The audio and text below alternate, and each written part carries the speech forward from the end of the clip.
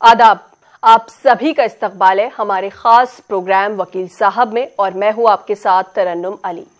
आमतौर पर हम या तो कानूनी पेचीदगियों में पड़ने से डरते हैं या किसी मसले का हमें कोई सही कानूनी तरीका नहीं पता होता।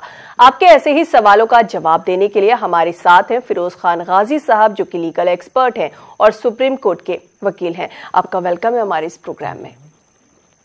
नाजरीन, आप भी हमारे इस प्रोग्राम में शामिल हो सकते हैं। हमारे नंबर्स लगातार आपकी टीवी स्क्रीन पर फ्लैश हो रहे हैं। हमारे नंबर्स हैं 012066938470, 012066938669 और 9205353184। इन नंबर्स पर आप हमें कॉल कर सकते हैं और कानून से जुड़ा कोई भी सवाल हमसे पूछ सकते हैं। गाजी साहब, जब भी हमारे देश में कोई कानून बनता है तो वो कैसे बनता है, किसकी सहमति से बनता है और उसका एक जो प्रोसेस है वो क्या है? देखिए, पहली बात तो ये कि ये जानने की ज़रूरत होती है किसी सोसाइटी में सोसाइटी एक सब्जेक्ट ऑफ चेंज है। हर 10 साल बाद, 20 साल बाद, 50 साल बाद, 100 साल बाद सोसाइटी में चेंजेस आते हैं। इस चेंजेस को जो है गवर्न करने के लिए नई नई डिस्कवरियाँ होती हैं। नई नई डिस्कवरी से पेचीदा मसले आते हैं सामने। अब उन सब मसलों को हल करने के लिए कानून बनाने का सिस्टम है। हमारे यहाँ चूंकि एक कॉन्स्टिट्यूशन है, कॉन्स्टिट्यूशन में एक डेमोक्रेटिक गवर्नमेंट है, पार्लियामेंट्री सिस्टम है। उसी तरह से स्टेट है, स्टेट में भी आम तौर पे 2 हाउसेज होते हैं। तरीका है कानून बनाने का ये कि पहले जो कानून बनता है उसका मसौदा तैयार किया जाता है। उसमें डेफिनेशंस, किस चीज़ को टैकल करने के लिए उसका एम्स एंड ऑब्जेक्टिव्स क्या है, उस कानून को बनाने का ड्राफ्ट होता है। ड्राफ्टिंग के बाद उसे जो है पार्लियामेंट में या स्टेट का अगर मसला है तो स्टेट के असेंबली में पेश होता है। जब तक वो कानून नहीं होता है तब तक उसको बिल बोलते हैं।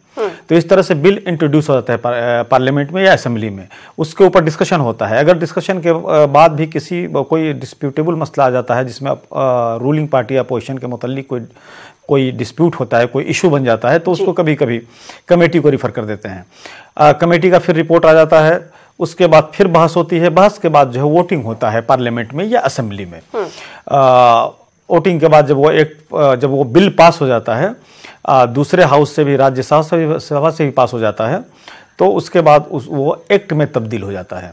फिर वो लागू कब से होता है? लागू होने के लिए फिर जो है उसको पब्लिश करना पड़ता है ऑफिशियल गेजेट में। और ये बात लिखी जाती है उसमें कि जैसे राइट टू इंफॉर्मेशन एक्ट है, डिस्कशन हुआ पार्लियामेंट में और पार्लियामेंट के दोनों हाउसेज में पास हुआ।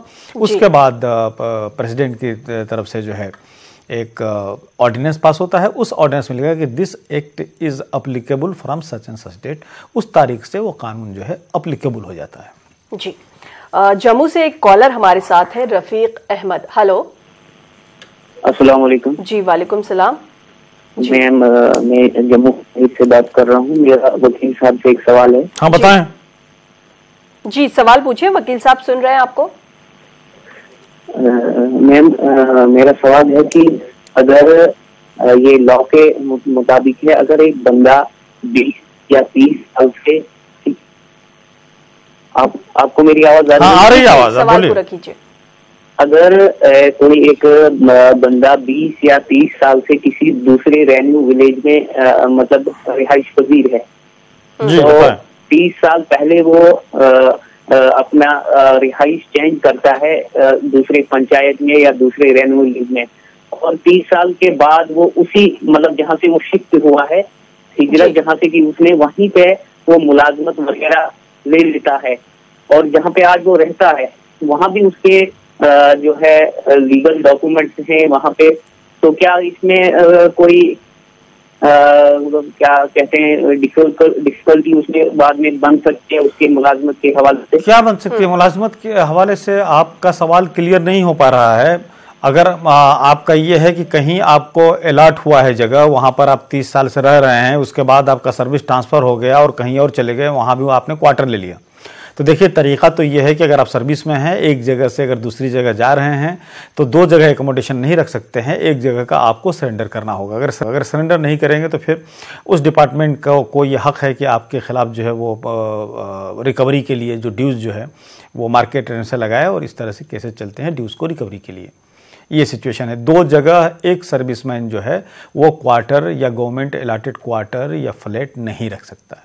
जी, और दिल्ली से हमें कॉल किया है सलमा ने। हेलो हेलो हेलो जी सलमा, बताएं क्या सवाल है आपका? यही घर के जमीन के बारे में सवाल है। जी सवाल कीजिए। सवाल ये है कि जैसे घर का जो है वो माँ के नाम पे था। जी सलमा, देखिए सबसे पहले आप अपनी टीवी की आवाज बंद करिए। हाँ बंद कर रही हूँ, बंद कर रही। जी। घर माँ के नाम पर था जी। तो जबरदस्त भाई ने कब्जा कर लिया उस पर बगैर लिखाए हुए। तो मैं उस पर अपना हक मांगने गई जी। तो उन्होंने कहा कि ठीक है मैं हक दूंगा और थोड़ा सा पैसा दे रहा हूँ, 40,000 रुपया तू ले ले जब तक के लिए, और हक तुझे मिलेगा, घबराओ मत, जरूर दूंगा, चाहे वो आधा हो टुकड़ा हो लेकिन दूंगा।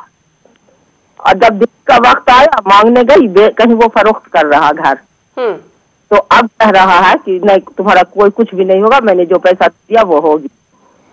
देखिए इसमें आप ये देखिए, मैं आपका सवाल समझ गया कि वो आपका भाई जो है आपके वालिदा के नाम से जो जगह थी या मकान था वहाँ पे वो रहते थे, आपका हक उसमें बनता था इनहेरिटेंस के हिसाब से, आपने मांगा तो उस वक्त आपको जो है उन्होंने 40,000 रुपया दे दिया। उसके बाद फिर जब आपको पता चला कि वो बेच रहे हैं, आप वहाँ पे गई तो ये पता चला कि उन्होंने मना कर दिया कि नहीं हम नहीं देंगे। ऐसा है कि आपके वालिदा की प्रॉपर्टी में आपका भी बेटी के नाते जो हिस्सा है और आपके भाई का भी हिस्सा है। आपके भाई को ये करने का कोई अख्तियार नहीं है। आप कानून के नुक्ते नज़र से आपका फुटिंग जो है आप मजबूत फुटिंग के ऊपर हैं। आप लोकल एडवोकेट से बात कीजिए और फ़ौरन जो है कानूनी कार्रवाई कीजिए। उसके लिए तरीका होता है कि आप पहले ये दिखाएंगे कि आप उनके भाई हैं, मरने वाली जो हैं वो जिस तरह से वो बेटे हैं उसी तरह से आप बेटी हैं। उसके बाद आप ये दिखाएंगे कि आप इतने भाई बहन हैं और मरने वाले की मैयत की प्रॉपर्टी में ये हमारा हिस्सा है जिसको नहीं दिया गया है। इस तरह से आप कोर्ट में एक केस फाइल कर सकती हैं। जी।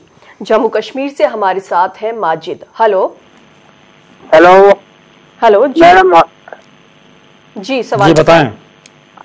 पार्टी रजिस्टर करने के लिए क्या करना है? वकील साहब से सवाल पूछना है, मतलब पॉलिटिकल पार्टी रजिस्टर जो इलेक्शन में कंडक्ट करेगी। बताइए आप क्या कहना क्या चाहते हैं? पॉलिटिकल पार्टी रजिस्टर्ड होती हैं, उनको इलेक्शन ही के लिए पॉलिटिकल प्रोसेस में हिस्सा लेने ही के लिए ही रजिस्टर किया जाता है। रजिस्ट्रेशन करने के लिए क्या करना है? रजिस्ट्रेशन करने के लिए आप किसी लोकल एडवोकेट से बात कीजिए। उसमें कम से कम 7 आदमियों की एक ग्रुप होता है जो कि इस चीज़ को लेकर आगे चलती हैं। उसको आप एम्स एंड ऑब्जेक्ट उसमें लिखेंगे, आप अपना तरीक़ाकार लिखेंगे और उसके बाद उसको आप सब रजिस्ट्रार के पास जमा करेंगे। सब रजिस्ट्रार देखेंगे कि आप बाकी तमाम क्वालिफिकेशंस पूरी कर रहे हैं तो वो आपको रजिस्ट्रेशन दे देंगे। जी। जम्मू से हमारे साथ एक कॉलर जुड़े हैं, शौकत। हेलो हेलो हेलो अस्सलाम वालेकुम मैम। जी वालेकुम सलाम, बताएं क्या सवाल है? जी मैं शौकत बोल रहा हूँ जम्मू से। जी जी सवाल बताएं, क्या सवाल है आपका? मेरा सवाल ये है, जो मेरी प्रॉपर्टी जो है कि मेरी मदर की डेथ हो गई, मैं बचपन में, फिर जो मेरी प्रॉपर्टी है वो डैडी के पास है, वो मेरे जो सिस्टर और मेरा जो भाई है वो सोतेला है। अब जो वो प्रॉपर्टी वो मिल सकती है मुझे अभी? देखिए आपकी मदर की डेथ हो गई है, आपके मदर के नाम से जो प्रॉपर्टी है उसमें सिर्फ और सिर्फ अगर आप अकेले हैं उनके इशू तो वो सिर्फ आपका है, आपके सौतेले भाइयों का नहीं है, क्योंकि बाप के हिस्से में जो है वो सौतेले भाई और आप हिस्सेदार होंगे, लेकिन माँ की प्रॉपर्टी में सिर्फ और सिर्फ आप उसके मालिक हैं। अगर आपका आपकी माँ से कोई दूसरा और आपका भाई या बहन नहीं है तो वो प्रॉपर्टी आपको मिलना चाहिए। जी। जम्मू कश्मीर से एक कॉलर हमारे साथ और है, फारूक। Hello hello hello. हाँ फारूक साहब, सबसे पहले आप अपने टीवी की आवाज बंद करिए। जी बताएं। हेलो जी फारूक साहब सवाल बताएं। हाँ, क्या सवाल है? बताएं आपकी आवाज आ रही है। सवाल है आपका? हाँ मैं ये बताना चाहता हूँ। अस्सलाम वालेकुम, आप सुन रहे हैं? जी वालेकुम सलाम, बताएं सवाल बताएं, हम आपको सुन रहे हैं। हाँ मैं ये बताना चाहता हूँ, एक बंदा एक आरबीए जगह पर रहता है और किसी वजह से उसको दूसरी जगह तब्दीली हो रही है, तो क्या वो बंदा हेलो जी बताएं, आगे बताएं। फारूक साहब सवाल पूरा करें। हाँ तो वो एक सर्विस के सिलसिले में दूसरी जगह पर क्या उसको अपनी जगह से आरबीए की ये जो सर्टिफिकेट मिलेगी? देखिए, ये जो आप बता रहे हैं, ये आर्मी का, ये किसी भी मिलिट्री या पारा मिलिट्री का अपना रूल्स होता है कि उनके जो लोग जवान हैं या ऑफिसर्स रैंक के हैं, उनका किस तरह से अगर ट्रांसफ़र हो रहा है तो उसका क्या तरीका है। तो वो तो उनके रूल से गवर्न होता है। बस आपको मैं एक बता दूं चीज़ कि आप अगर एक जगह से दूसरी जगह ट्रांसफ़र हो गए तो आपको अगर अलॉटमेंट मकान मिल रहा है, फ्लैट मिल रहा है, तो रेसिडेंस का एक ही जगह के आप हकदार हैं, 2 जगह के नहीं। हैदराबाद से एक कॉलर हमारे साथ जुड़े हैं, अयाज अली। हेलो। अस्सलाम वालेकुम। जी वालेकुम सलाम।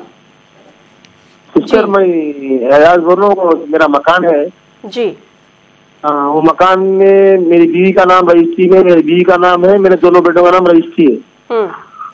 लेकिन पेपर आज जो है सो हमारे कोई रिश्तेदार ने रख लिया असली पेपर। और मेरी बीवी का परसों 1 साल हो गया जी। तो हमारी बड़ी साली के ओरिजिनल डॉक्यूमेंट है, तो उन्होंने बोले भाई घर खाली हम ले लेते वापस बोल रहे हैं। देखिए, अगर मकान आपकी बीवी और आपके 2 बेटों के नाम से था, उनके नाम से रजिस्ट्री थी, अगर उन्होंने कागज़ ले भी लिया है तो ये कागज़ जो है सरकारी दफ्तर में अवेलेबल होंगे।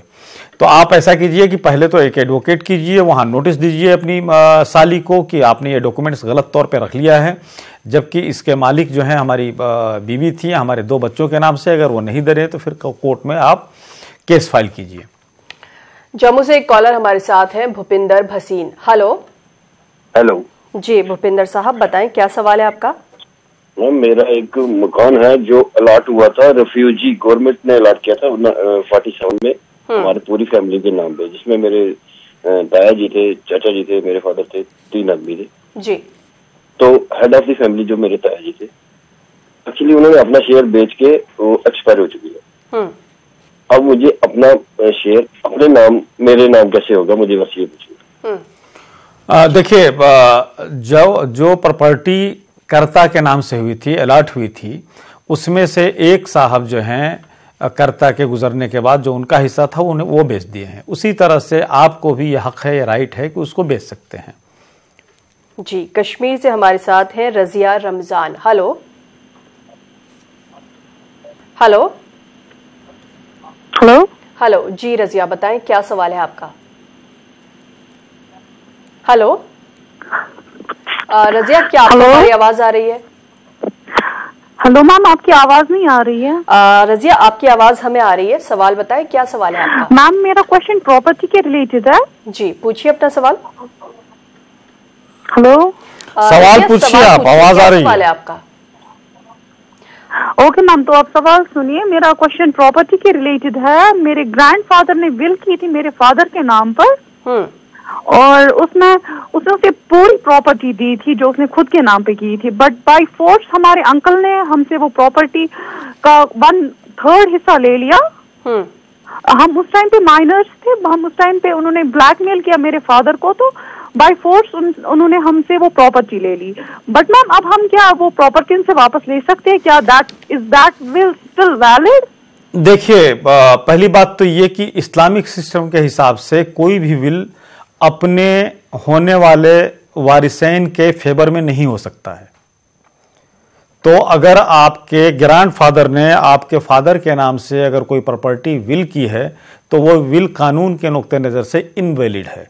वो अपने वारिसैन के अलावा किसी दूसरे को कर सकते हैं, और वो भी प्रॉपर्टी का 1/3 हिस्सा ही कर सकते हैं, उससे ज़्यादा नहीं कर सकते हैं। तो पहली बात तो ये कि ये विल जो है अपने आप में डिफेक्टिव है। जब विल डिफेक्टिव हो गया तो फिर आपके ग्रैंडफादर के इंतकाल के बाद उनके प्रॉपर्टी का शेयर जो है उनके तमाम वारिसैन को, जो सिस्टम बनाया गया है कि बेटी को हाफ और बेटे को एक हिस्सा, उसका हाफ जो है बेटी को मिलेगा, इस हिसाब से प्रॉपर्टी जो है वो लीगल एयर्स में डिवॉल्व होगी। इल्लीगल लड़के के फेवर में जो है वसीयत इल्लीगल है। जी। छत्तीसगढ़ से हमें कॉल किया है शैलेंद्र शर्मा ने। हेलो। हेलो जी, सवाल बताएं। मेरी बच्ची का डेथ हो गया सर मैडम, बिच्छू काटने से, और कहा है विसरा रिपोर्ट में बिच्छू का भी शरीर से अलग नहीं किया जा सका, ऐसे करके आया। और पुष्टि जैसे मैं क्लेम करना चाहता हूँ तो उसमें कलेक्टर ने पुष्टि कर दिया, कलेक्टर ने दिया था तो, और इसमें नहीं किया है। तो मैं हॉस्पिटल में केस करना चाहता था। देखिए, हॉस्पिटल में केस का सिस्टम सिर्फ ये होता है कि ये देखना होता है कि क्या मेडिकली डॉक्टर ने ट्रीटमेंट करने में निग्लिजेंस किया है। अब आप बता रहे हैं कि बिच्छू ने डंक मारा था और उसके बाद आप हॉस्पिटल पहुंचाए, हॉस्पिटल में उनका इलाज हुआ, इलाज होने के बाद भी वेसरा रिपोर्ट ये बताता है कि जहर जो है ऑलरेडी मौजूद था और उसका सही मानों में ट्रीटमेंट नहीं हुआ। तो देखिए, अगर सही मानों में ट्रीटमेंट नहीं हुआ है, डॉक्टर से कहीं नेग्लिजेंस होता है, तो ये क्रिमिनल ऑफेंस भी है, प्लस सिविल रेमेडीज भी आपके पास अवेलेबल है। आप लोकल एडवोकेट से बात कीजिए। पहली बात तो ये कि पुलिस में कंप्लेंट कीजिए, आप रीज़न बताइए कि किस तरह से डॉक्टर ने नेग्लिजेंस किया है, डॉक्टर को नोटिस दीजिए। कंज्यूमर एक्ट के तहत जो है आप डिस्ट्रिक्ट कंज्यूमर या स्टेट कंज्यूमर रेड्रेसल फोरम के पास जो है आप एक कंप्लेंट दे सकते हैं, एप्लीकेशन दे सकते हैं। जी, हैदराबाद से एक बार फिर से हमारे साथ जुड़े हैं Ayaz Ali. Hello hello madam. जी अयाज साहब, बताएं क्या सवाल है आपका? वही मैं अभी फोन कर रहा था आपसे बात करने पर। हाँ बताइए बताइए सवाल। हाँ, मेरे घर वालों का इंतकाल हो गया 1 साल 1.5 साल होगा साहब। उनके नाम पे फातिमा बेगम है, उनके नाम पे, और मेरे दोनों बेटों के नाम पे मकान है, वो घर में मैं हूँ जी। डॉक्यूमेंट हमारी बड़ी सारी रख ली है और घर में। देखिए, आपका सवाल मैं समझ गया था। आपके सवाल में 2 चीजें और निकलती हैं। आपके लड़के बालिग हैं या नाबालिग हैं? अगर बेटे नाबालिग हैं, बालिग अगर हैं, तो फिर वो उनके मदर के इंतकाल के बाद जो है वो प्रॉपर्टी के सिर्फ ये 2 मालिक हो गए। और ऐसे में जब वो दोनों बालिग हैं तो वो अपनी प्रॉपर्टी को ले सकते हैं। अगर प्रॉपर्टी वो रजिस्टर्ड है, जैसा उन्होंने बताया डॉक्यूमेंट्स, तो अगर साली ने रख भी लिया है तो उसको आप नोटिस दीजिए। उसके अलावा आप उसका डुप्लीकेट सर्टिफाइड कॉपी निकलवाइए, सेकेंड कॉपी निकलवाइए। उसके बेसिस पर जो है आप उस घर को क्लेम कीजिए, उस जमीन को क्लेम कीजिए। कश्मीर से हमारे साथ जुड़े हैं Karan Singh. Hello hello hello जी। हाँ जी, मैं वकील साहब से बात करना चाहता हूँ। हाँ बताएं। बिल्कुल, अपना सवाल पूछिए, वकील साहब आपको सुन रहे हैं। वकील मैं सुन रहा हूँ, आप सवाल पूछिए। बात ऐसी है कि मेरे साथ मैंने श्रीनगर में बनाया मकान, मेरे साथ वो सैंप बना दिया है। वो सैंप उसे मुश्क आती है, वो गंदा किया है, तो उसके लिए हमको क्या करना होगा? गवर्नमेंट ने बनाया, UEGD ने बनाया है जी। क्या कानूनी रास्ता है इनके लिए? नहीं, तो जब आपका घर बन गया है तो आप पूछना क्या चाहते हैं?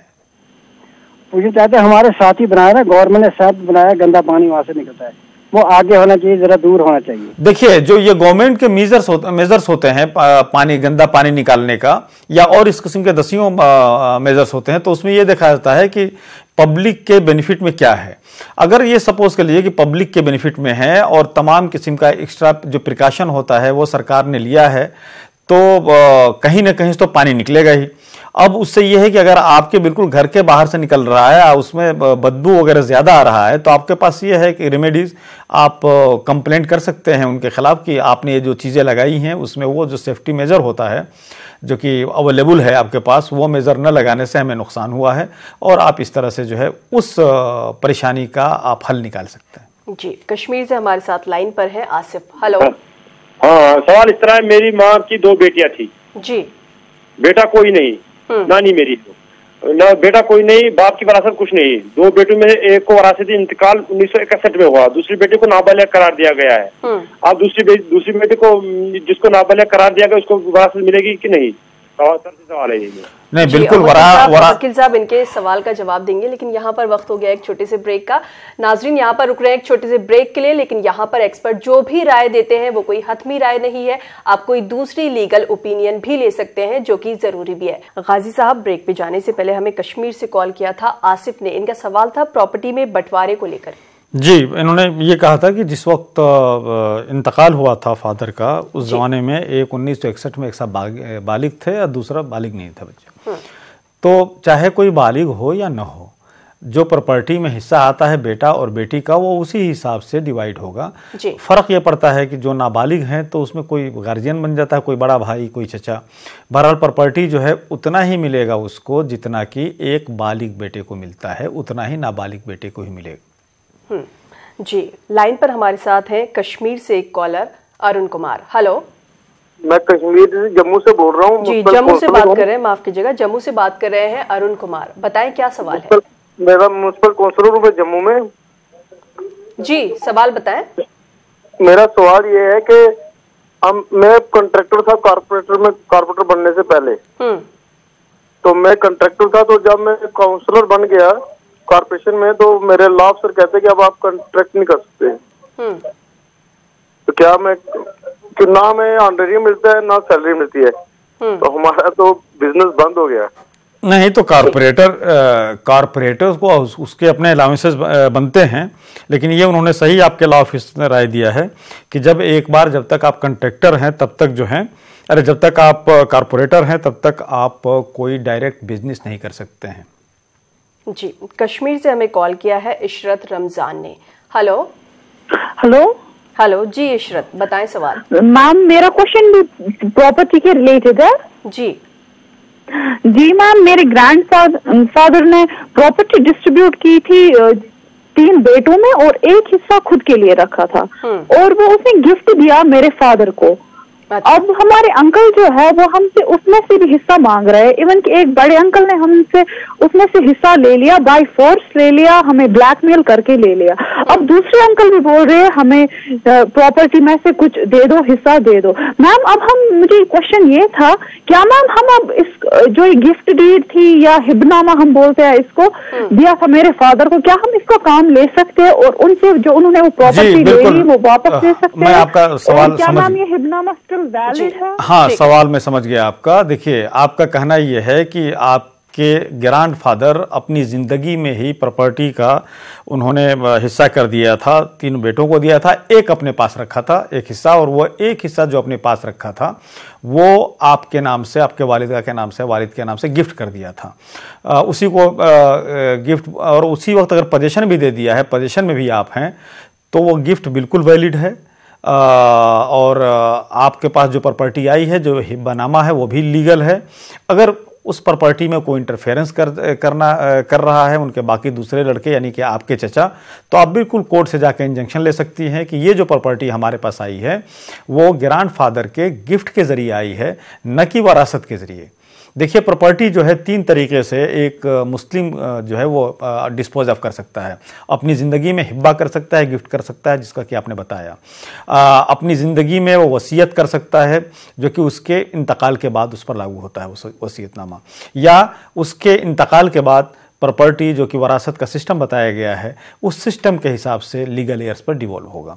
आपके केस में जो है, जो गिफ्ट हुआ है वो बिल्कुल जायज़, लीगल, लॉफुल गिफ्ट है। उसके बेसिस पर आप दूसरे पार्टी को यानी कि अपने चाचाओं को आप इंजेक्ट कर सकती हैं कोर्ट के ज़रिए, उनको मना कर सकती हैं, कोर्ट से आप ऑर्डर ले सकती हैं कि उनको रिफ्रेन किया जाए इस प्रॉपर्टी में इंटरफेयर करने का, क्योंकि इस प्रॉपर्टी में इनका कोई हिस्सा नहीं बनता है इस हिब्बानामा की वजह से। जी, कश्मीर से ही कॉलर और है हमारे साथ लाइन पर, Vikram Singh. Hello hello hello जी। हाँ सर, मुझे ये बताइए कि अगर हम कोई लैंड लेते हैं जिसकी 90 इयर्स की लीज प्रॉपर्टी होती है, क्या वो सेफ है सर? देखिए, आम तौर पे तो यही सिस्टम चलता है कि जो खासतौर से जो सरकार ज़मीन एक्वायर करती है, फिर रेसिडेंशियल इसके लिए डेवलप करती है या किसी हिसाब से प्लॉटिंग उसकी होती है, तो वह आम तौर पे 99 ईयर्स का ही होता है। अब इसमें आप क्या पूछना चाहते हैं कि 99 ईयर्स में कभी भी टाइटल तो ट्रांसफ़र नहीं हो सकता है, पोजीशन ट्रांसफ़र हो जाता है कि अगर हमारे नाम से है 99 ईयर्स का डीड, तो हम उसको जो है किसी और को टाइटल न शिफ्ट करके उसको पोजीशन हम हैंड ओवर कर सकते हैं। जी, लाइन पर हमारे साथ मुंबड़ा से एक कॉलर है। Hello hello. हाँ हेलो मैडम जी, बताएं क्या सवाल है आपका? मेरा सवाल है कि मेरे मदर फादर की प्रॉपर्टी है मुमरा में। जी। हम लोग 6 बहन है, एक बहन का इंतकाल हो गया और जो प्रॉपर्टी है, घर है, मेरी बहन ने अपने नाम पे कर दिया। घर पूरा जमीन टैक्स, वाटर टैक्स सब पूरा अपने नाम पे कर दिया, लेकिन हम लोग को हिस्सा दिया नहीं है। देखिए, पहली बात तो ये कि अगर मदर फादर के नाम से प्रॉपर्टी थी तो उनके जितने वारिसैन हैं सबको प्रॉपर्टी जो है वरासत के कानून के हिसाब से डिवाइड होना चाहिए। हमें समझ में नहीं आ रहा है कि आपकी कैसे कर ली है। अगर इस किस्म के कोई कागज़ बनाई हैं वो, तो वो कागज़ जो है लाजमी है कि सिग्नेचर जो है उस पर जाली होगा। तो आप इसमें पार्टीशन का दावा कर सकती हैं, आप अपना हिस्सा मांग सकती हैं। उनको कोई हक नहीं है कि आपको वरासत के हक से महरूम करें। जी, हैदराबाद से हमारे साथ लाइन पर है नफीस। हेलो हेलो हेलो जी, बताएं क्या सवाल है? हेलो, मैं हैदराबाद से बात कर रहा हूँ। हाँ बताएं। सवाल बताएं क्या? हैदराबाद से बात कर रहा हूँ। सवाल ये है, मेरे पास एक जमीन है, उस पर घर बना चुका हूँ भाई। जी हेलो जी, बताएं बताएं, आवाज सुन रहा हूँ। हाँ, इसी के घर बना चुका हूँ भाई, और वो 30 साल से मेरे पास है। उसके पेपर्स नहीं है मेरे पास। पेपर्स नहीं है आपके पास? खाली नोटरी है। हाँ चले बताएं। नोटरी है, नोटरी। आगे बताएं क्या कहना चाहते हैं। हाँ, तो वो अब मेरे पास वो पेपर्स होना है। देखिए, पहली बात तो ये कि आप ये नहीं बता पा रहे हैं कि नोटरी है। नोटरी क्या, जो उसके ओनर हैं रजिस्टर, उन्होंने आपके नाम से कोई सेल नहीं बल्कि पावर ऑफ अटॉर्नी वगैरह या मुख्तारनामा वगैरह दिया है। तो एक तो बात ये कि आप 30 साल से वहाँ पे रह रहे हैं और कोई दूसरा अगर उसमें दावा नहीं किया है तो ये पोजीशन आपका ही ये बताता है कि आप ही उसके मालिक भी हैं। तो उस ऐसे वक्त में ऐसे में आपका जो है ओनरशिप का भी राइट आ जाता है। और अगर कोई दूसरा उसमें इंटरफेयर कर रहा है तो आप जाकर बता सकते हैं, आप डिफेंस ले सकते हैं कि आप पिछले 30 साल से यहाँ पे रह रहे हैं और आप इसलिए रह रहे हैं कि हमें फलां ने ये डॉक्यूमेंट्स दिया था जो कि नोटराइज है और अटेस्टेड है, और उस डॉक्यूमेंट्स के बेसिस पर हम यहाँ पर पोजीशन में हैं और पोजीशन आपका कंसोलिडेट हो गया है 30 साल से, इसलिए आप ही उसके मालिक माने जाएंगे। जी, कश्मीर से एक कॉलर हमारे साथ लाइन पर है, नूर मजीद। हेलो जी, अस्सलाम वालेकुम मैम। जी वालेकुम सलाम। बताएं क्या सवाल है? जी, मेरा एक सवाल है। एक महिला का केस है हमारे कोर्ट में जी, तो उसका हस्बैंड उसको तलाक देने के लिए तैयार नहीं है। क्या एक महिला खुद तलाक दे सकती है उसको थ्रू कोर्ट? देखिए, इस्लामिक शरिया में, मुस्लिम लॉ में मैरिज को डिसॉल्व करने का 2 सिस्टम होता है। अगर हस्बैंड की तरफ से आता है इनिशिएटिव कि हम तलाक देना चाहते हैं तो उसको तलाक बोलते हैं, लेकिन मैरिज डिसॉल्व हो सकता है बीवी के इनिशिएटिव पर भी, वाइफ के इनिशिएटिव पर भी, उसको खुला बोलते हैं। तो उसके अलावा एक, हालांकि कश्मीर में नहीं है ये, dissolution of Muslim marriage act जो है कश्मीर के अलावा बाकी जगह अप्लीकेबल है। तो उसमें वो सब ग्राउंड है, जैसे सपोज के लिए कि हस्बैंड बीबी के हक नहीं पूरा कर रहा है, उसको नान नफ़का नहीं दे रहा है, उसको रहने सहने का इंतज़ाम नहीं कर रहा है, उसके अलावा क्रूएल्टी से अगर ट्रीट करता है तो ये बिल्कुल वाइफ को हक है कि वो अदालत का दरवाज़ा खटखटाए, केस फाइल करे और इस ग्राउंड पर जो है मैरिज को डिसॉल्व करने की दरख्वास्त करे, और अगर ये ग्राउंड इस्टेब्लिश कर दे रही है तो मैरिज डिसॉल्व हो जाएगा। जी, छत्तीसगढ़ से हमें कॉल किया है राजू सिंह राजपूत ने। हेलो वालेकुम सलाम। जी हेलो। हाँ वालेकुम सलाम मैम। जी अस्सलाम वालेकुम, बताएं क्या सवाल है? मैम, मेरे दादाजी का इंतकाल हो गया है और मेरी 5 बुआ है, और वो 5 बुआ वो मेरे दादाजी के जमीन को हमारे नाम में करने के लिए इनकार कर रहे हैं जी। उसके लिए मुझे क्या करना पड़ेगा? देखिए, आपके सवाल से ये जाहिर होता है कि एक तो आपके फादर हैं, उनकी 5 बहनें हैं जो कि आपके लिए, आपके से रिश्ता उनका बुआ का है। तो देखिए, आपके ग्रैंड फादर की प्रॉपर्टी में आपके जिस तरह से फादर का हक है उसी तरह से आपके फादर के बहनों का हक है। अगर उस प्रॉपर्टी को अब आप ये चाह रहे हैं कि उसको डिस्पोज ऑफ करें या उसको कंप्लीट आप अपने ही इसमें इस्तेमाल करें, और आपकी अगर बुआ अपना हिस्सा मांग रही हैं तो उनका हिस्सा मांगना जायज़ है, उसमें उनका हिस्सा बनता है। जम्मू से हमें कॉल किया है अमृता ने। हेलो हेलो हेलो जी अमृता, बताएं क्या सवाल है? जी मैम, मेरा सवाल है। जी अमृता, सबसे पहले आप अपने टीवी की आवाज बंद करिए। हेलो अमृता, अपने टीवी की आवाज बंद करिए। जी जी मैम। जी बताएं अमृता जी। नमस्कार सर। नमस्कार सर, मैं जम्मू से बात कर रही हूँ। मुझे आपसे एक सवाल पूछना है। हाँ बताएं। मेरा अपना पर्सनल केस है। मेरे हस्बैंड के साथ मैट्रिमोनियम केसेस चल रहे हैं डिवोर्स का। जी। तो मेरे हस्बैंड ने पहले भी शादी करी थी और डिवोर्स ले लिया है उनसे। बट उनकी प्रॉपर्टी में जो राइट जो बनता है वो मेरा क्या बनता है, और क्योंकि उनके पहले के बेटे भी हैं 2, और वो एक्चुअली मेरी 75% जो प्रॉपर्टी है मेरे हस्बैंड की वो लेना चाहते हैं। तो सर मैं आपसे ये पूछना चाहती हूँ कि वाइफ का एज ए वेडेड वाइफ मेरा राइट क्या बनता है उस प्रॉपर्टी में? देखिए, पहली बात तो ये कि आपने ये नहीं बताया कि आपके जो हस्बैंड है उनकी प्रॉपर्टी सेल्फ एक्वायर है या वो वरासत में मिली हुई है। बहरहाल उस प्रॉपर्टी में एज ए वाइफ आपको यह हक बनता है कि आप अपने हस्बैंड से जो है आपको नफका दें, यानी कि मेंटेनेंस दें, आपके रहने के लिए शेल्टर दें। अगर वो ऐसा नहीं कर रहे हैं तो DV act, domestic violence act जिसको बोलते हैं, उसके तहत आप ये सब खर्चा उनसे ले सकती हैं। 125 CRPC के तहत भी ले सकती हैं। जी, कश्मीर से हमें कॉल किया है गुलाम साहब ने। हेलो हेलो हेलो हेलो जी बताएं। जी, सवाल बताएं, क्या सवाल है आपका? हाँ जी, सवाल बताएं, क्या सवाल है आपका? सर मैंने प्रॉपर्टी ली थी। जी हाँ जी, हाँ जी, मैं जोगिंदर बोल रहा हूँ। जी जोगिंदर साहब, सबसे पहले आप अपने टीवी की आवाज बंद करिए। अच्छा मैडम जी, अच्छा मैं वो जी बताएं जोगिंदर साहब। सर मैंने सर प्रॉपर्टी ली थी जी, तो पहले कही थी न्यूट्री चार्ज सर। जी जी, न्यूट्री चार्ज कही थी पहले, वो प्रॉपर्टी जो ली थी मैंने। तो उसके बाद में सर मैंने डिग्री कराई है, क्या वैलिड है सर? उसके बाद क्या लिया आपने? डिग्री कराई सर उसकी। बिल्कुल। अब ऐसा है कि आपका कहना है कि आपने प्रॉपर्टी परचेज की थ्रू नोटराइज डॉक्यूमेंट, उसके बाद आपने बताया कि आपने डिग्री ली। जब डिग्री आपके फेवर में हो गई है उस प्रॉपर्टी के मुतालिक, तो उस डिग्री के बेसिस पर आप प्रॉपर्टी को अपने नाम से ट्रांसफर करा सकते हैं। बिहार से हमें एक कॉल किया है मिर्जा साहब ने। हेलो जी जी, मिर्जा शमशीर बोल रहे हैं, पूर्णिया बिहार से। जी बताएं, क्या सवाल है आपका? मेरा सवाल ये है, आप दोनों को सबसे पहले सलाम। वालेकुम सलाम। और सेकंड बात यह है कि मेरी वालदा जो है जहान है, उसकी माँ के नाम से, रसूला बेगम के नाम से काफी जमीन है, ठीक है, तो और वे सहरसा के सुलिंदाबाद जिला में है, ठीक है मैडम। और जब मेरी वालदा शुरू से अपना हिस्सा मांग रही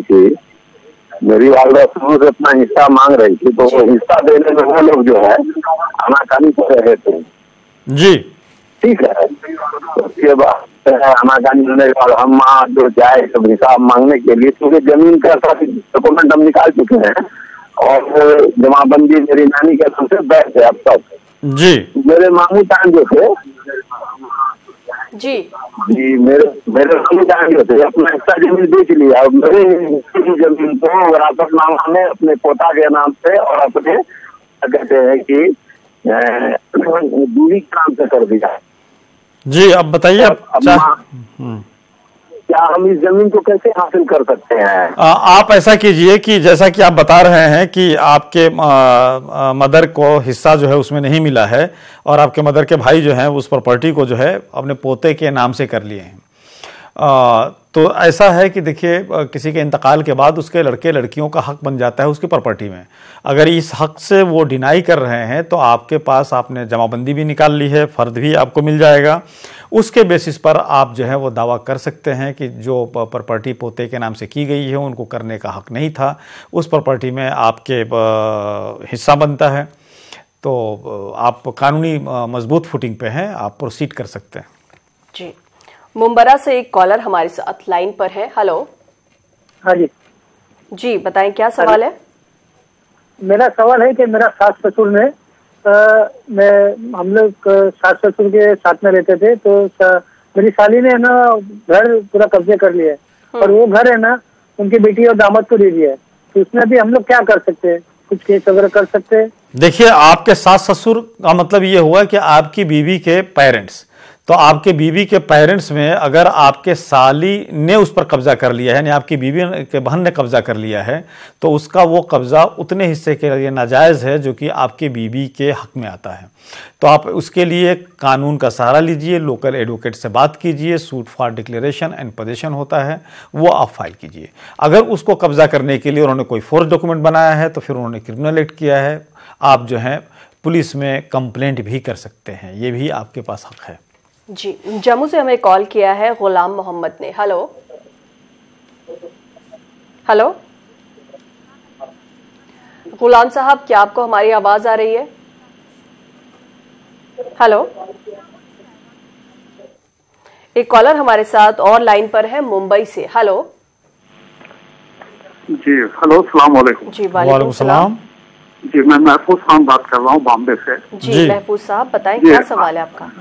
जी हजरत, मेरी कुछ प्रॉपर्टी है, मुझे मालूम नहीं था, मेरी 64 साल उम्र हो चुकी है जी, और मेरी वालदा जमींदार थी। मैं 6 दिन का था तो उनका इंतकाल हो गया।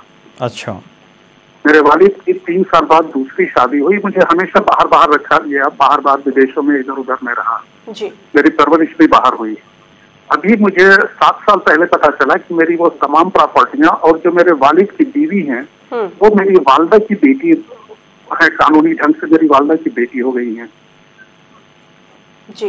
जो मेरी वालिद की बीवी हैं, जो मेरी ये अम्मा जो है वो मेरे वालदा की बेटी है और उनका दामाद जो है वो भी मेरी वालदा का जो है बेटा है और ये लोग वहाँ बैठे हुए हैं। अब मेरी वालदा का कुछ भी नहीं मुझे मिल रहा है कि उनकी कब इंतकाल हुआ, क्या हुआ, और सर्टिफिकेट वगैरह भी डेथ सर्टिफिकेट नहीं मिल रही। मैंने यहाँ अधिकारियों से बात किया, लोगों से, उन्होंने कहा डेथ सर्टिफिकेट निकालिए तो हम लोग कुछ कर सकते हैं। तो ये मुझे कैसे हेल्प मिलेगा? देखिए, इसमें आपको हेल्प दो किस्म की। एक बात तो ये कि आपको ये प्रूफ करना होगा कि आप फलां साहब के साहबजादे हैं, क्योंकि आपका कहने के मुताबिक जब आप 6 दिन के थे तभी आपका वालिदा का इंतकाल हो गया था और आपके वालिद ने दूसरी शादी कर ली और वह ज़मींदार हैं, दूर ही दूर आपको रखा गया। देखिए, चाहे आप 6 दिन के हों या 1 दिन के हों या उस रोज़ जो है आपके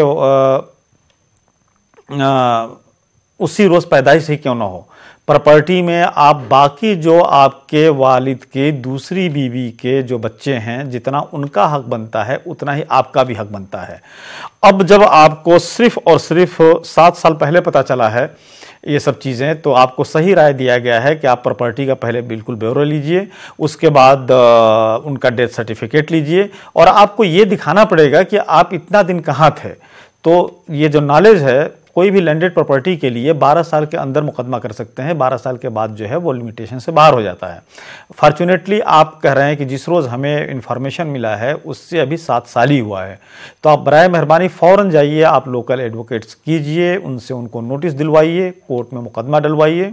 और ये बताइए, दूसरी बात जो आपने बताई है कि ये बात समझ में नहीं आ रही है कि वो वालिदा की बेटी कैसे हो सकती हैं, जिनसे आप बता रहे हैं कि वही जो है इस वक्त फलां हैं। ये अगर इस तरह से महरम और गैर महरम का ये होता है इस्लाम में सिस्टम, अगर वो बेटी है तो महरम है, फिर वो निकाह में कैसे आ सकती हैं? इस पहलू को भी देखना होगा। अगर आप सही बता रहे हैं तो इस किस्म का कोई भी मैरिज जो है वो इल्लीगल होगा, क्योंकि मैरिज जो है 2 महरम के बीच में नहीं हो सकता है। जी, कर्नाटका से हमें कॉल किया है मौलाना खान ने। हेलो हेलो हेलो, सलाम अलैकुम। जी, वालेकुम सलाम। हेलो जी, सवाल बताएं, क्या सवाल है? हाँ, देखिए, सबसे पहले आप अपनी टीवी की आवाज बंद करिए। आपकी टीवी की आवाज सबसे पहले आप बंद करिए। वालेकुम सलाम। हेलो जी, सवाल बताएं। हमारी जमीन हमारे दादा के नाम पर है। देखिए मौलाना, हमारे दादा के नाम पर है, वो पानी निकाल लेंगे तो जिसके नाम पर की आवाज बंद करिए।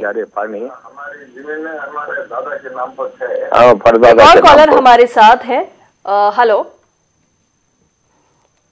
जी, बैंगलोर से इन्होंने हमें कॉल किया है। हेलो जी, बताएं क्या सवाल है? जो हमारे नानी की राशि है प्रॉपर्टी जी, वो अम्मी के नाम पे हो गई है। अब कोर्ट में दाखिल कर चुके हैं, केस चल रहा है। वो किसका होती है वो? जरा वो देखिए, आप आप खुद बता रही हैं कि आपकी नानी की प्रॉपर्टी थी, उनके बाद जो है आपके माँ के नाम से प्रॉपर्टी हो गई है और केस चल रहा है। अब केस क्या चल रहा है ये आपने नहीं बताया है, लेकिन बहरहाल ये बात अपनी जगह हकीकत है। कानून ये कहता है कि किसी के इंतकाल के बाद उसके वारिसैन में यानी कि उसके लड़के और लड़की में खासतौर से प्रॉपर्टी का डिवीज़न होगा, तो वो आपकी मदर को मिल ही गया है। जी, जम्मू से हमें कॉल किया है यशराज ढींगरा ने। हेलो। हाँ जी जी मैम, जी मैम जी, सवाल बताएं, क्या सवाल है आपका? मैं बता रहा हूँ, मेरा बेटा है, बड़ा बेटा, तो वो शादीशुदा है, अलग हो चुका है, वो जॉब भी करता है और हमें तो कुछ देता भी नहीं है और हमें मारता भी है और हमें गाली भी निकालता है जी। उसका मैं चाहता हूँ उसको फारगती दी जाए, कैसी दी जाए? गाजी साहब, ब्रेक पे जाने से पहले एक कॉलर ने हमें कॉल किया था जम्मू से, यशराज ढींगरा ने।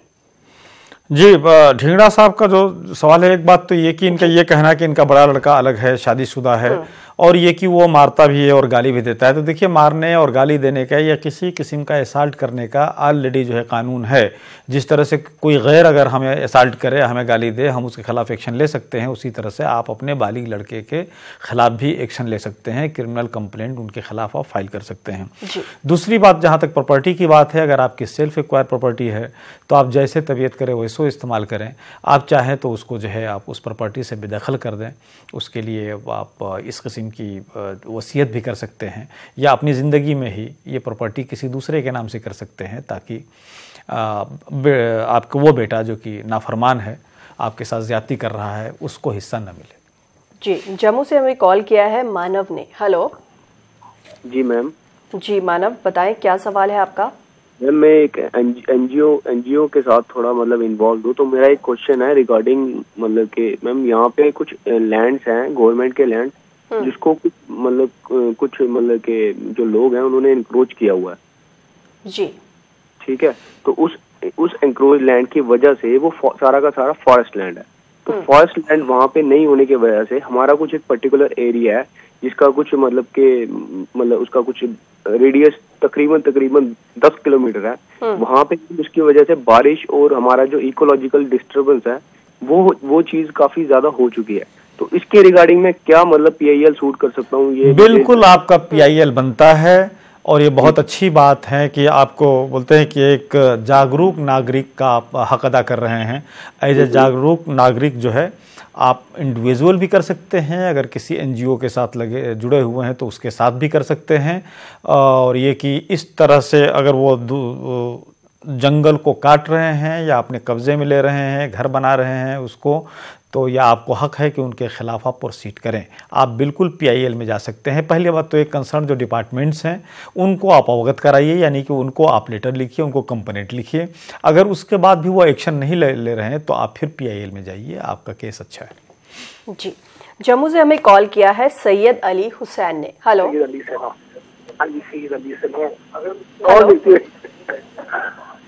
हेलो। हेलो। जी, सवाल बताएं। जी सैयद साहब, सबसे पहले आप अपने टीवी की आवाज बंद करिए। जी, मैं जम्मू कश्मीर उड़ी से बोल रहा हूँ। जी, बताएं सवाल क्या है? मैम, बात ऐसी है कि जो जी मैडम जी, बात ऐसी है कि जो मेरे नाना जी थे वो गर्दमात गए थे जी, और जो जमीन प्रॉपर्टी थी वो मेरी नानी की। मेरे 3 मामे हैं, उनने पूरी जमीन को हड़प लिया है और मेरी मम्मी के नाम से कोई जमीन भी नहीं दे रहे। अच्छा जी, तो हमें इसमें क्या करना है? वो नहीं दे रहे हैं। जी ठीक है, नहीं देखिए, घर कानूनी रास्ता है। हाँ, घर जमाई होने से कोई फर्क नहीं पड़ता है। बहुत आपका मसला सिंपल है कि आपके नाना 3 जो है लोगों को उन्होंने प्रॉपर्टी दे दी है और आपको हिस्सा नहीं मिला है। तो देखिए, उसमें प्रॉपर्टी बनता है, उसमें आपका हिस्सा, और आप जो है कानूनी चाराजोई कर सकते हैं। जी, जम्मू से हमें कॉल किया है बीएन धर ने। हेलो। पालियों ने पेपर पर दस्तखत करवाई से जी, ये हम आपका म्यूटेशन करवा दीजिए। आपका सवाल क्लियर सुनाई नहीं दे रहा है, जरा आप साफ बताएं। सर जी, मेरे फादर रात के 6 बजे जी तो 3 बहनें हैं, 3 भाई है। अब उसकी डेथ हो गई है मेरे फादर इन लॉ की जी।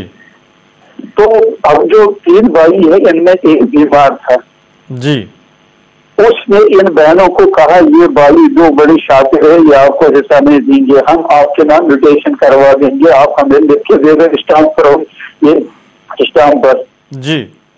तो इन्होंने लिख के इन्होंने दस्तखत की है ऐसे ही ब्लैक स्टाम्प पर। उन्होंने फिर उसका दुरुपयोग करके उस पर लिख दिया हम जी लिख के देते हैं, हमें हिस्से की जरूरत नहीं है जी, प्रॉपर्टी के हकदार हम छोड़ देते हैं अपना। देखिए जो फैक्ट बता रहे हैं वो आप ये बता रहे हैं कि इनके साथ धोखा हुआ है, इनसे ये कह के कि आपका हम हिस्सा करा देंगे या प्रॉपर्टी के म्यूटेशन के नाम से स्टैम्प्स पेपर पे दस्तखत किए, उस पर कुछ लिखा हुआ नहीं था, उस दस्तखत को उन्होंने कन्वर्ट कर लिया और प्रॉपर्टी में ये डॉक्यूमेंट बना लिया कि हम अपनी मर्जी से इस प्रॉपर्टी को छोड़ रहे हैं। देखिए पहली बात तो ये कि जो एक डॉक्यूमेंट की शक्ल में की जाती है तो कानून ये लेके चलता है कि आपने पढ़ लिख कर उसे दस्तखत किया है। अगर अब आपको ये दिखाना है कि नहीं वो हमें धोखे से लिया गया है उस दस्तखत को, तो फिर आपको ये पहले कोर्ट में प्रूफ करना पड़ेगा कि वो सिग्नेचर जो है आपको जो आप बता रहे हैं किस हिसाब से लिया गया है। तो ये सिचुएशन है, आपका केस ज़रा टफ है। टफ इसलिए है कि ऑलरेडी ऐसे डॉक्यूमेंट्स पर सिग्नेचर है जिस डॉक्यूमेंट्स पे ये जाहिर करता है कि आप अपनी मर्जी से उन्होंने प्रॉपर्टी जो है में हिस्सा नहीं लिया है। इसलिए पहले तो आपको कंप्लेंट कीजिए और वहाँ पर ये प्रूफ कीजिए कि आपके गलत सिग्नेचर लिए गए, सिग्नेचर कुछ और कह के लिए गए थे, इसको कन्वर्ट कर लिया गया दूसरे डॉक्यूमेंट्स में। अब फिर जो उस डॉक्यूमेंट्स के बेसिस पर उन्होंने प्रॉपर्टी अपने नाम से कराई है उसको भी आप कोर्ट में चैलेंज कीजिए कि वो जो सेल डीड, वो जो डीड हुआ है जिसके ज़रिए से प्रॉपर्टी ट्रांसफ़र हुआ है उस ट्रांसफ़र को रद्द किया जाए। जी, जम्मू से फोन लाइन पर हैं गुलाम मोहम्मद साहब। हेलो हेलो गुलाम साहब, गुलाम साहब अपना सवाल पूछिए, क्या सवाल है आपका? हेलो हेलो जी, आवाज आ रही है आपके, सवाल पूछिए। जी हेलो जी, आप सवाल बताएं, क्या सवाल है आपका? गुलाम साहब आपकी आवाज हमें आ रही है, अपना सवाल बताइए। लगता है किसी वजह से हमारा गुलाम मोहम्मद साहब से राब्ता नहीं हो पाया। एक और कॉलर हमारे साथ लाइन पर हैं जम्मू से। हेलो हेलो हेलो जी हेलो जी, सवाल बताएं। हमारा प्रॉपर्टी है गांव में, महाराष्ट्र मुंबई से बोल रहा हूँ जी, बताएं क्या सवाल है? हमारे दादाजी की प्रॉपर्टी 9 एकड़ जमीन है, उसमें से एक चाचा जी के हमारे औलाद नहीं थी, तो उसमें से छोटे चाचा ने हमारे 3 एकड़ अपने खुद के नाम पे किया क्योंकि उसकी जमीन अपने दोनों भाई में डिवाइड होगी, एक भाई की जमीन जी। और उसने वैसा करके हमारे ऊपर केस भी किया है और मैं बॉम्बे में रहता हूँ और उसने वहाँ पे फौजदारी किया कि मैंने मारा करके उसको, तो ऐसा तो उसके लिए क्या है वो प्रॉपर्टी दोनों में डिवाइड होना चाहिए, तो उसने खुद में अपने खुद के नाम पे कर दिया। देखिए मैं समझ गया, ऐसा है कि आपके ग्रैंडफादर से जो प्रॉपर्टी गांव में आई है तो उनके 2 बेटों में डिवाइड होना चाहिए था, लेकिन आपके चाचा ने उस पर कब्जा कर लिया है और आप कुछ करने के लिए चले हैं तो आपके ऊपर फौजदारी केस भी हो गया है। पहली बात तो ये कि जो फौजदारी केस हुआ है उसको उसी हिसाब से फाइट करना पड़ेगा। जब एक बार कोर्ट में केस चला जाता है या पुलिस एफआईआर रजिस्टर कर लेती है तो फिर एक कोर्ट का एक प्रक्रिया है कि किस तरह से केस ख़त्म होगा। अगर आप बिल्कुल ये प्रूफ कर दे रहे हैं कि झूठा केस है तो आप डायरेक्ट हाई कोर्ट में जा सकते हैं और बता सकते हैं कि हमारा केस जो है गलत है, उसके लिए बहुत ही स्ट्रांग एविडेंस आपके फेवर में चाहिए। दूसरी बात ये कि जो आपके चाचा ने वो पूरी प्रॉपर्टी जो 9 एकड़ है अगर उन्होंने अपने नाम से कर लिया है तो उसको भी डिक्लेरेशन होता है कि वो जो ट्रांसफ़र हुआ है वो गलत तरीके से हुआ है, उसके बिहार पर आप डिक्लेरेशन के लिए जा सकते हैं या कोर्ट में डायरेक्ट सूट भी फाइल कर सकते हैं। जी वकील साहब, आप हमारे स्टूडियो में आए और तमाम कॉलर्स के सवालों के जवाब आपने दिए, आपका यहाँ आने के लिए बहुत बहुत शुक्रिया। अगले हफ्ते आपसे फिर मुलाकात होगी, फिर से हाजिर होंगे आपकी कानूनी उलझनों को सुलझाने और कानूनी समझ को बढ़ाने। फिलहाल हमें दीजिए इजाजत, आदाब।